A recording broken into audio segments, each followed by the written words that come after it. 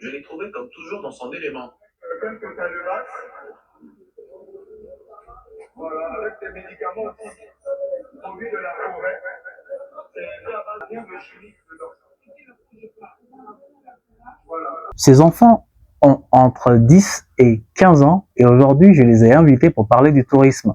On va les écouter, ils sont en pleine projection. Après, ils me donneront leur avis sur ce qu'ils voient et ils poseront peut-être des questions. Et ensuite, je leur donnerai la parole. Le tourisme aux enfants, une nouvelle rubrique sur cette chaîne en collaboration avec le ministère du Tourisme durable et de l'Artisanat. Restez câblés, on se dit à tout de suite.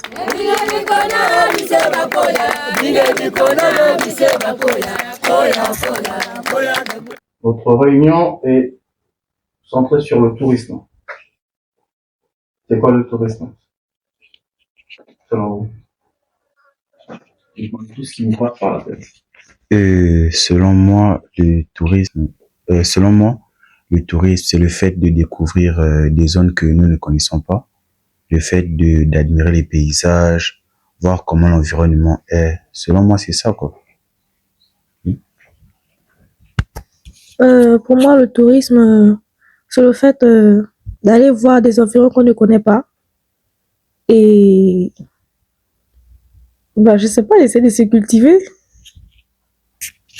Pour moi, le tourisme, c'est le fait d'explorer, de visiter des endroits inconnus pour se cultiver. Selon moi, le tourisme, c'est voyager à travers le monde pour découvrir des endroits que nous ne connaissons pas et pour se cultiver. Selon moi, le tourisme, c'est le fait de visiter plusieurs régions sans être originaire de cette région. Pour moi, le tourisme, c'est le fait de valoriser une culture par la découverte. Selon moi, le tourisme est de découvrir la terre. Selon moi, le tourisme, c'est découvrir la biodiversité qui nous entoure. Magnifique. Donc, je crois qu'on applaudit pour tout le monde. J'ai envie de poser une question. Après avoir regardé tout ça. Question de plongée. Le débit est trop puissant et les baignades restent interdites. Qu'est-ce qui vous a le plus marqué? Pour moi, ce qui m'a le plus marqué, c'est que dans ce village, il y a des endroits qui sont beaux et des traditions que j'ai appréciées. Quelqu'un a quelque chose à rajouter? Moi, personnellement, ce qui m'a le plus marqué, c'est la légende vis-à-vis des crevettes, en fait. Ah, ok. Les crevettes bleues. Ok. Moi, ce qui m'a le plus marqué, c'est la rivière. C'est leur rivière. Ah, les chutes Les chutes. de Tambamagoti. J'aimerais bien aller un jour. Moi, ce qui m'a le plus marqué, c'est la région. Le naturalisme était beau et aussi les calebasses. Moi, ce qui m'a le plus marqué, c'est le mode de vie des habitants du village. Et c'était aussi bien de voir qu'ils se nourrissent grâce aux crevettes de leur rivière et aussi leurs traditions. Ok. Personnellement, ce qui m'a marqué, c'est la nature. J'ai bien aimé le fait qu'il n'y a pas forcément besoin de l'industrie pour pouvoir se divertir au quotidien. Comme l'exemple des crevettes bleues, ils vivent de ça. Certains ont fait leur activité quotidienne, donc ils n'ont pas forcément besoin d'industrie. Et au niveau maintenant de l'artisanat, les calebasses, tout le reste, c'est très très bien parce que ce sont nos cultures à nous, pas celles que les Français, les Européens nous ont apportées. Personnellement, j'adore. Ok. Magnifique. Alors, j'ai envie de savoir, mais est-ce que vous pensez réellement que ce genre de mode de vie, ce genre de coin, on doit le montrer au reste du monde? Oui. Pourquoi? Tout simplement à cause de la nature. Par exemple, la maman qui a parlé des bidons de 5 litres, tout le reste que ça soignait certaines maladies. Il y a certaines maladies que, oui, les médicaments industriels sont bien, mais parfois, c'est mieux d'utiliser pour le village, quoi. C'est plus ce que nous connaissons. Quelqu'un a quelque chose à rajouter? Pourquoi est-ce qu'on doit montrer cet endroit-là? Moi, personnellement, je trouve qu'on a montré ce genre d'endroit parce que ça peut aider certaines personnes dans le monde qui souffrent de stress parce que la nature peut déstresser les gens et peut apporter du réconfort si on a des problèmes, dans notre famille ou bien dans la société. On peut se recueillir dans un village ou un lieu comme ça et ça permet aussi d'oublier certains problèmes. Ok, d'accord, ça marche. Alors, et maintenant, là, je vais être un peu plus personnel. Si vous avez une vidéo à faire, comme ça, peu importe l'endroit, quel message vous aimeriez faire passer? Quel endroit aimeriez-vous choisir? Je sais pas. Espoir.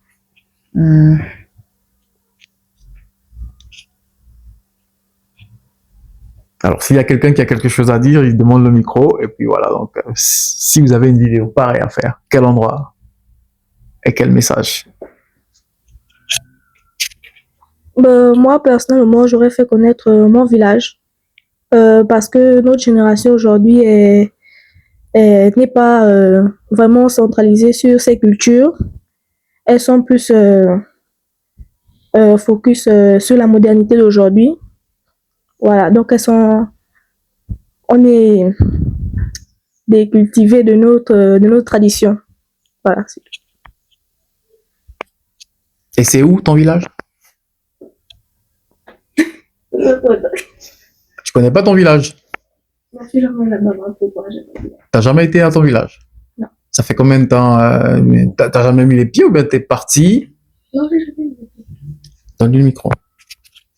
Non, je suis jamais allée dans mon village. T'as jamais mis les pieds dans ton village? Oui. Mais pourquoi est-ce que t'emmènerais les gens dans ton village si tu penses que tu... J'aimerais bien apprendre à le découvrir là-bas pour pouvoir venir les gens là-bas. Ah, d'accord, ça marche. Quelqu'un a autre chose? Quel endroit? Vous avez quelque chose à ajouter? Vous voulez dire quelque chose? On donne le micro?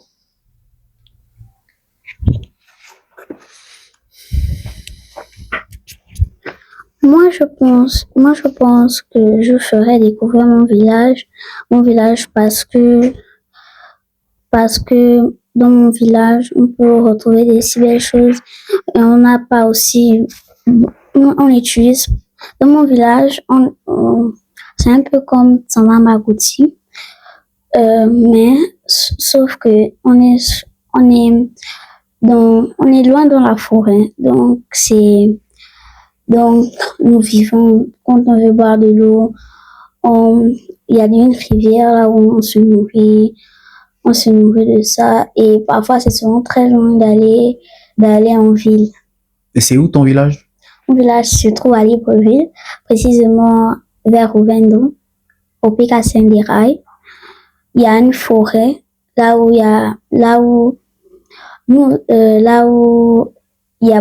y a les gens qui habitent, mais nous on est un peu loin. Donc, nous ici, certains gens ne nous aiment pas parce que on n'a pas la même tradition que eux. Et comment vous réagissez à ça? En fait, c'est déjà naturel parce que même dans notre famille aussi, les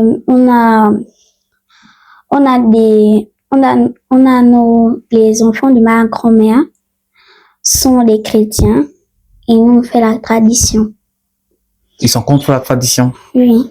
Est-ce que vous pensez que la tradition c'est mauvais? Moi je trouve pas parce que moi avec la tradition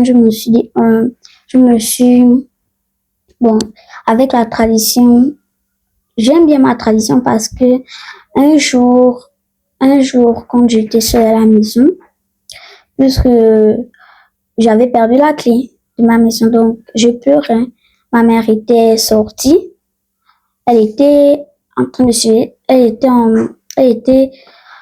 suivre un devoir.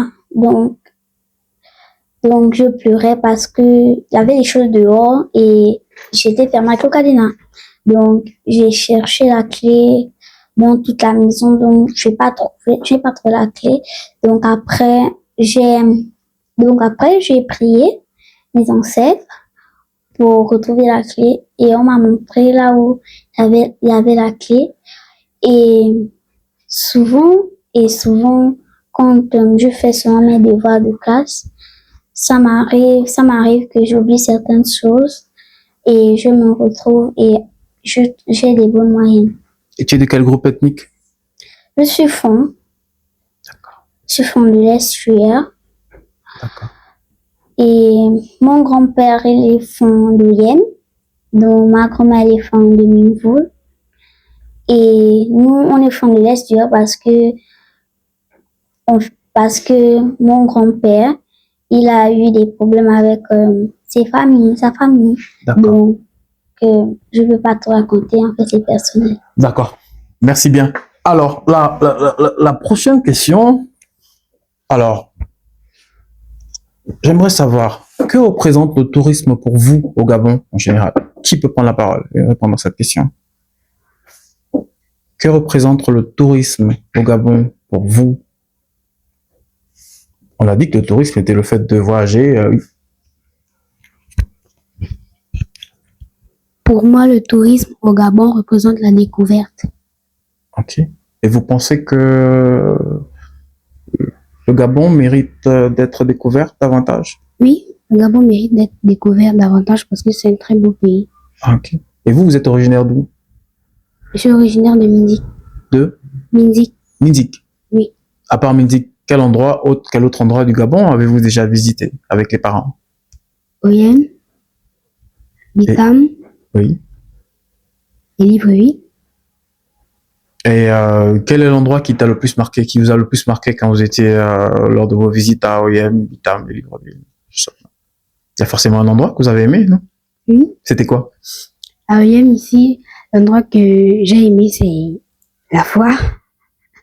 C'est quoi? La foire, La foire? oui. Qu'est-ce qu'il y a à la foire? Il y a plein de gens. Il y a de belles choses. On vend plusieurs trucs.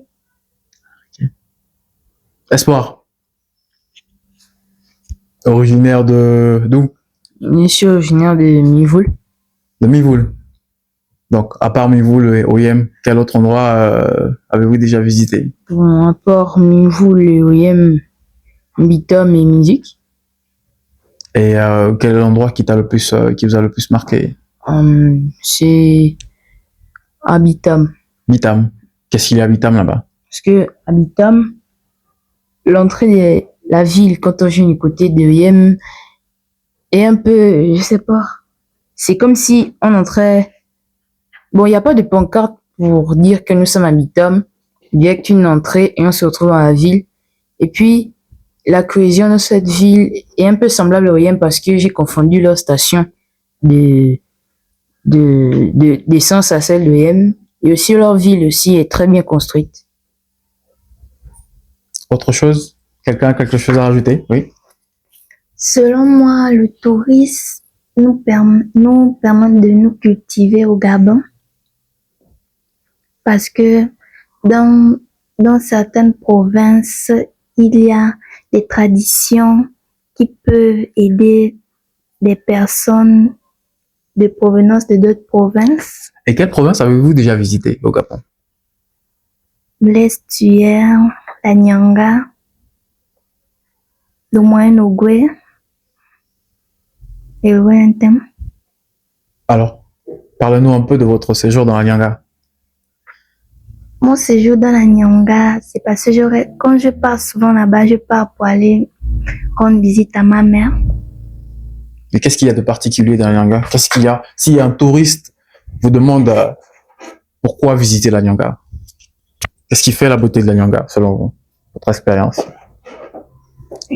Selon moi, ce qui fait la beauté de la Nyanga, ce sont nos traditions, nos cultures. Quel genre de tradition, si on peut aller dans les détails? Est-ce qu'il y a une tradition qui vous a marqué ou que vous connaissez par cœur?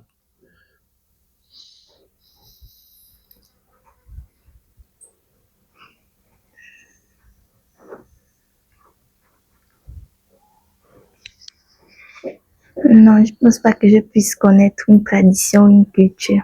Ok, d'accord. Quelqu'un a quelque chose d'autre à rajouter? Ouais. Selon moi, je pense que le tourisme au Gabon doit être plus répandu à cause de la biodiversité du Gabon. Le Gabon a une forêt très dense que plusieurs pays ne possèdent pas. Donc, ce qui fait en sorte que plusieurs personnes auront envie de visiter le Gabon à cause de sa biodiversité. Il y a aussi par rapport à la faune et la flore du Gabon, certaines plantes qu'on retrouve au Gabon, comme par exemple le koumé, un bois qui est très convoité ici. Il y a aussi comment je pourrais dire, de très bonnes ressources au Gabon. Genre, nous avons le pétrole dans comment ça s'appelle, dans le Goma, comment ça s'appelle, à Port-Gentil. À Port-Gentil, on exporte beaucoup de pétrole que certains pays achètent chez nous à, je crois, c'est je sais pas combien de millions le baril. Mais certaines personnes peuvent venir voir comment cela se fait, pas forcément rentrer dans les détails, mais quand même voir comment cela se Apercevoir les déroule. plateformes pétrolières au loin de Oui. Port-Gentil, par exemple? Oui. Ok. Ça peut Par être exemple, moi j'aime bien le tourisme parce que l'établissement primaire dans lequel j'ai appris, chaque année, vers la fin de l'année, on faisait toujours une sortie scolaire. En troisième année, nous avons fait la sortie scolaire, nous sommes partis à Sobraga et vraiment ça nous avait plu. On a vu comment on fabriquait les jus, les bières, même si c'était pas de notre âge. On a tout vu, quoi, et vraiment ça nous a plu. En quatrième année, on a visité la mairie. Cinquième année, là, on était sorti du pays, on était parti en Guinée équatoriale. Et franchement, c'était très joli à voir. C'est pour ça que, selon moi, le tourisme au Gabon doit être plus répandu. Est-ce que vous pensez que le tourisme doit être enseigné dans les écoles? Oui, Pourquoi? pour connaître, par exemple, la biodiversité du Gabon, comme je l'ai dit précédemment par rapport aux ressources, genre le bois, le koumé, le pétrole, tout ça, pour connaître d'où proviennent les ressources. Quelqu'un a quelque chose à rajouter? Pourquoi vous pensez que le tourisme doit être enseigné dans les écoles? Oui. Quoi? Moi, je trouve que le tourisme doit être exposé dans les écoles parce que le Gabon ne doit pas on ne doit pas juste dans les écoles du Gabon, on ne doit pas juste parler de la politique, mais nous devons aussi parler de la culture, de notre culture. Qu'est-ce qu'on fait au Gabon? Des lieux protégés au Gabon, des animaux et notre forêt dense. Et puis, nous pouvons aussi dire que le touriste au Gabon ne valorise pas les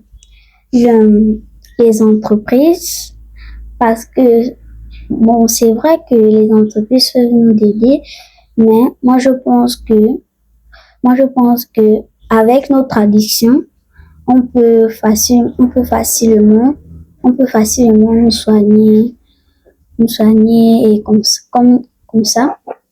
Donc le tourisme au Gabon doit être exposé dans les écoles parce que c'est aussi un savoir-faire que un jour, si un étranger vient chez nous, il peut nous demander c'est quoi le tourisme au Gabon. Donc, Et là, sans vous couper, j'ai envie de savoir, alors si un étranger vient tout de suite, il apparaît à OM et il est face à vous, parce que la question va venir vers vous, il vous dit, j'ai envie de visiter OM et ses environs. Vous l'emmèneriez où? je l'emmènerai à la grotte de Marie. Pourquoi? Parce que quand je suis partie à la grotte de Marie, c'était un peu comme la rivière de Tsanga-Mabuti. Donc là-bas, les catholiques vont prier et il y a une grande rivière dont on nous dit c'est interdit parce que si on essaie de rentrer à l'intérieur, ça peut nous causer des dégâts. D'accord. Et à côté, vous l'emmènerez où, le touriste qui viendra vers vous? Moi, Selon moi, je l'emmènerais à Aqua Barrage. Parce que Aqua Barrage aussi est une belle rivière où plusieurs personnes partent nager. Surtout les élèves. Parfois, les élèves aussi partent dans cette rivière pour voir où nager, s'amuser. Et vous partez là-bas tout le temps, à Coq-Barache? Non, je peux pas là-bas tout le temps. Avec les parents? Non, avec ma grande sœur. Espoir. Donc, vous pouvez sortir d'Oyem, hein, s'il y a un autre endroit que vous connaissez, mais ça doit être Oyem et ses environs. Quel endroit? Moi, personnellement, je commencerais par amener dans les endroits de M où j'ai l'habitude d'aller, comme le centre-ville ou la foire. Parce que dans ces endroits, il y a beaucoup de gens et ça favorise les échanges. Et comme dans la vidéo précédente, plus on favorise les échanges, plus ça amène de nouvelles rencontres. Et pour avoir les produits qu'on expose dans la vie. Suivante. Quel endroit? À OIM, l'endroit où j'amènerai le touriste, ce sera à Score et la nuit, parce qu'à Score, la nuit, il y a de très belles lumières. Ah oui, très belle ruelle, il y a quoi? Expliquez-nous. Donc, vous sortez la nuit? Non, c'est... Ah, c'est juste les lumières. Oui. Ah, d'accord. Moi, s'il y a un touriste qui arrive dans notre pays, spécialement, je l'amènerai au Mont Koum pour pouvoir découvrir la nature parce que c'est un bel endroit. Vous êtes déjà parti au Montcoum? Non. Mais comment vous allez l'emmener? Vous n'êtes pas parti. Qui a déjà expérimenté le Montcoum parmi vous? Qui peut me raconter comment ça s'est passé au Montcoum? Moi, je suis parti au Montcoum, je pense que j'étais encore en 4e. C'est dans un village. J'ai pas retenu le nom du village, mais quand nous sommes allés, on a garé les voitures, puis on a fait une longue marche vers l'entrée de la colline. Puis nous avons commencé l'ascension, nous avons passé un niveau là où il y avait de la forêt, et puis nous sommes montés jusqu'à un paysage ouvert. C'était déjà sur la montagne. Puis nous sommes encore montés sans hauteur à côté d'une croix. Et c'est là où on a commencé et terminé notre pèlerinage. Et c'était comment l'expérience? Bon, c'était bien, mais aussi un peu fatigant. Parce que monter, ça fatigue. Ok. Alors, et vous? Ok. Bon, moi, si je devais faire visiter Oyem à quelqu'un, je l'emmènerais dans mon village. Il se situe au milieu de Bitam et Oyem. C'est quoi le nom du village? C'est à Coq. À quoi? Dans mon village, il y a une rivière en fait qui s'appelle Misolo. Et la rivière là, la légende, bon, les gens qui ont inventé le nom, ils disent qu'elle se divise en deux, la rivière des grands et la rivière des petits. Et mon village, c'est un peu compliqué de partir là-bas parce que il n'y a pas la route. Et ça se trouve au fin fond des bois. Et il y a une grande maison là-bas qui fait peur. Pourquoi elle fait peur? Parce que c'est notre maison en fait. Mais elle fait très peur. Elle est grande. Il y a des chauves-souris là-bas. Il n'y a personne à l'intérieur? Et qui l'a construite? C'est mon père. Et pourquoi elle a abandonné? Monsieur, on a souvent vu de partir là-bas, puisque mon père est déjà vieux. Donc, on a souvent vu de partir là-bas, mais les plus grands disent qu'on est trop jeune pour partir, rester là-bas. Et donc, vous voulez emmener un touriste là-bas pour qu'il ait peur aussi? Non, c'est parce que c'est un très beau village, en fait. Quand tu es là-bas, tu peux respirer en paix, genre. C'est un très beau village et l'eau est tout le temps froide. Donc, si vous avez soif, l'eau est déjà refroidie pour vous. Je crois qu'il a quelque chose à dire, lui. Si je devais faire visiter un endroit à quelqu'un ici, je l'emmènerais par exemple à l'ancien marché Ngouema, je le ferais découvrir la piscine, vu que c'est pas forcément industriel, c'est une piscine, oui, mais juste à côté, il y a un quai où c'est bien, on peut dire, c'est traditionnel. Il y a des chaises sur une petite terrasse en bois, ou juste à côté, il y a genre, on peut dire, une grande mer Genre, on a la vue de la mer depuis la terrasse. Et aussi, je voulais préciser que le tourisme, c'est pas forcément ce qui est naturel, vu que c'est le fait de créer à quelqu'un un sentiment de joie et tout. Je pourrais, vu qu'aujourd'hui, de nos jours, les jeunes sont plus concentrés sur la technologie, je pourrais faire découvrir à quelqu'un la salle de jeu, une salle d'arcade qui se situe à Score. Voilà quoi. Ok, d'accord. Alors, hormis votre province, je veux dire le Wallontain où vous êtes un peu plus concentré, vous rêvez de visiter quelle province du Gabon et pourquoi?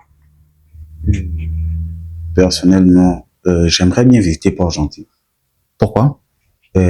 Tout simplement à cause de certains cours qu'on voit à l'école, genre le pétrole, j'aimerais voir de mes yeux vu que j'aime particulièrement le cours.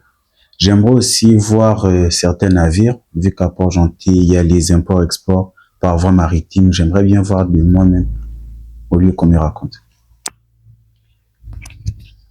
Je suis du même avis que lui. J'aimerais bien aussi visiter Port-Gentil pour voir les différentes plateformes de pétrole. Ouais, là où on le prend comme la plateforme offshore ou onshore. Voilà.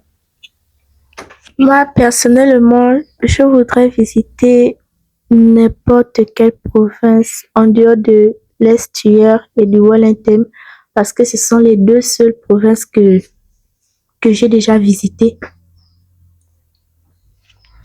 Moi, personnellement, j'aimerais bien visiter le Moyen-Ogooué.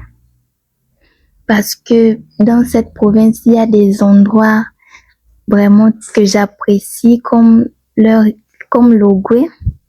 Que vous avez regardé à la télé? Oui, et j'aimerais bien aussi goûter leurs plats traditionnels comme leurs poissons qu'ils font mariner avec le citron. Moi, personnellement, j'aimerais bien visiter Congo. Congo. Pourquoi? Parce que c'est une très belle région. C'est un peu comme un village touristique. Parce que là-bas aussi, il y a des crevettes. Il y a le goué. Je vois souvent des pêcheurs aller là-bas avec des pirogues et pêcher les poissons et tout ça. Moi, j'aimerais bien visiter Lambaréné Port-Gentil. D'abord, Lambaréné parce que j'aimerais bien apprendre à pêcher et à nager aussi. Et à Port-Gentil parce que j'aimerais bien voir, puisque Port-Gentil c'est sur la côte, j'aimerais bien voir la mer et puis m'y baigner. Et puis, j'aimerais bien aussi découvrir si, ne serait-ce qu'un jour, j'aimerais bien voir si un jour Port-Gentil pourrait se dire, bon, un peu pour la science quoi, voir si Port-Gentil, malgré que c'est sur la côte, pourrait être englouti par l'eau. Parce que je sais que c'est la terre qui bouge et non l'eau. Un petit truc, non. Moi, je suis de même avec eux. J'aimerais visiter le Goué. Parce qu'en fait, j'aimerais voir leur manière de pêcher, de naviguer et voir aussi comment ils préparent. Moi, les deux pays que j'aimerais visiter, c'est Congo et Njoli. J'aimerais visiter Congo parce que quand je voyage souvent pour venir ici à Ouiem, je vois l'Ogooué que j'apprécie bien et Njolé parce que quand C'est pas le Goué, à Congo, c'est le Como, je crois. Ouais. Donc, oui, on a compris que c'est le Como qui vous émerveille. Et donc, pourquoi Njolé aussi?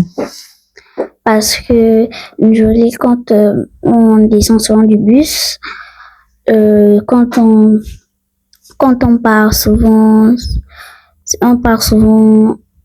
manger pour la route. Derrière les stands de vente, on voit une mer que j'ai déjà visitée avec mon oncle et des pêcheurs qui pêchent les poissons. Ok. Alors, dernière question. Vous avez vu le site touristique Tsamba-Magoti que le ministère du Tourisme a construit? Comment vous pensez qu'on puisse le conserver? Moi, ce qui me traverse par la tête, c'est qu'on peut protéger ce lieu, de ne pas amener de gens parce que ça détruit souvent les cultures et ça détruit car sur le lieu, ça ne sera plus de la même splendeur que, que quand les gens sont venus. Mais moi, je pense que, par exemple, un site comme ça, c'est bon pour jeter les ordures un peu partout. Est-ce que vous êtes d'accord avec moi? Non, Pourquoi vous n'êtes pas d'accord?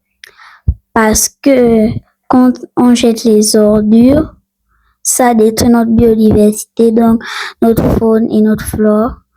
Moi, je pense que ce lieu doit être préservé par le ministre du Tourisme parce que la biodiversité, elle est très belle. Et vous pensez qu'il est le seul responsable pour protéger cet endroit, lui? Non, moi je pense que l'État aussi, tout le gouvernement de l'État doit préserver ce lieu parce que c'est un beau lieu et ça ne doit pas sacrifier ses valeurs pour. Je vois quelqu'un qui bouge la tête, on dirait rajouter quelque chose. Il y a quelqu'un qui a dit ah tiens. Et en dehors de l'État, les autres personnes qui doivent protéger ces lieux, ce sont les habitants eux-mêmes parce que l'État ne va pas directement venir et protéger ça d'un coup de tête. Ceci, peut-être il y a un problème que l'État va intervenir et ce sont les habitants dans la plupart des circonstances qui créent les problèmes. Alors que si les populations, les habitants gardent bien leur lieu, nettoient bien, fait bien leur tourisme, bien et tout, il n'y aura pas de problème.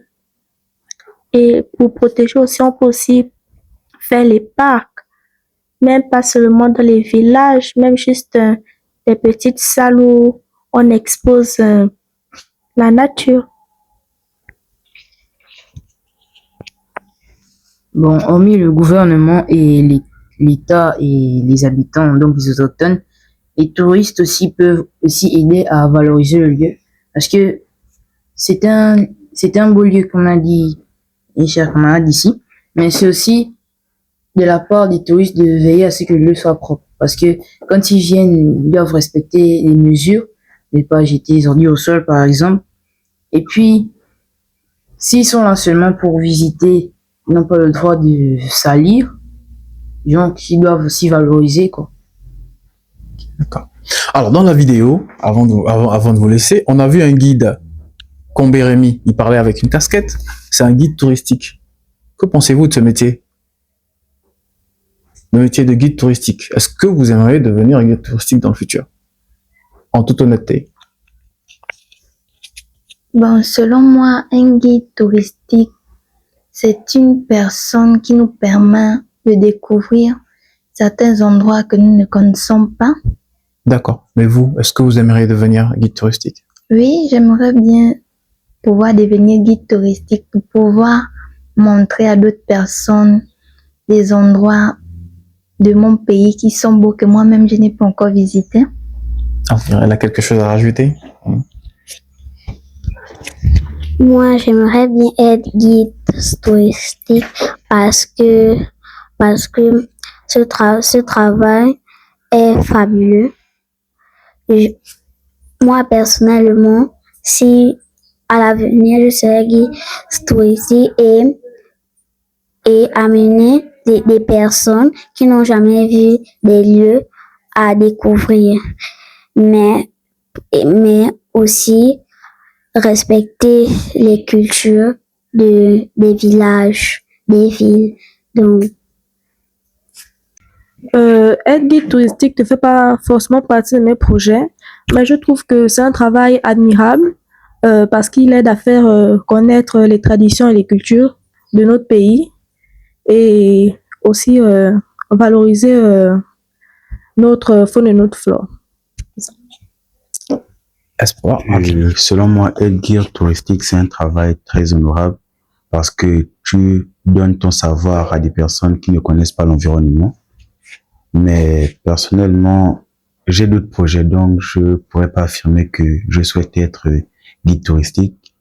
Mais être un guide touristique, c'est très bien parce que il y a un dicton qui dit que le jeune comme le vieux connaît le chemin. Ici, par rapport à ma figure de style, en fait, le vieux, c'est le guide touristique et les jeunes sont nous les touristes. Nous ne connaissons pas le chemin, donc nous avons besoin des guides touristiques afin de pouvoir nous guider dans l'environnement que nous souhaitons étudier.